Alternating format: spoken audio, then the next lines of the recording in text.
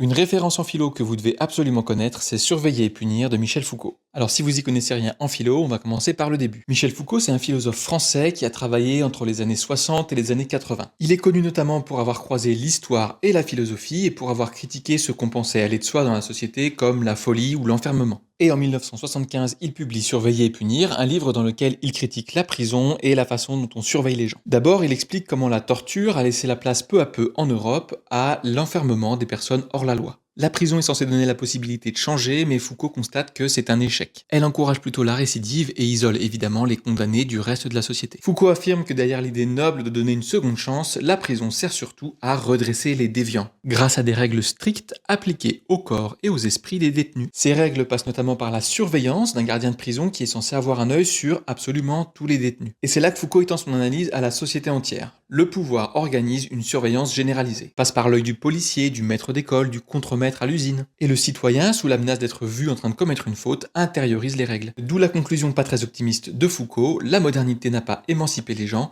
la liberté qu'elle prône n'est qu'une façade, presque un mensonge. Et là, vous venez de comprendre pourquoi Foucault appartient à un mouvement qu'on appelle le postmodernisme, qui est après la modernité et qui la remet en cause. Allez, là c'est le moment où je vous dis de vous abonner pour mieux comprendre les idées philosophiques.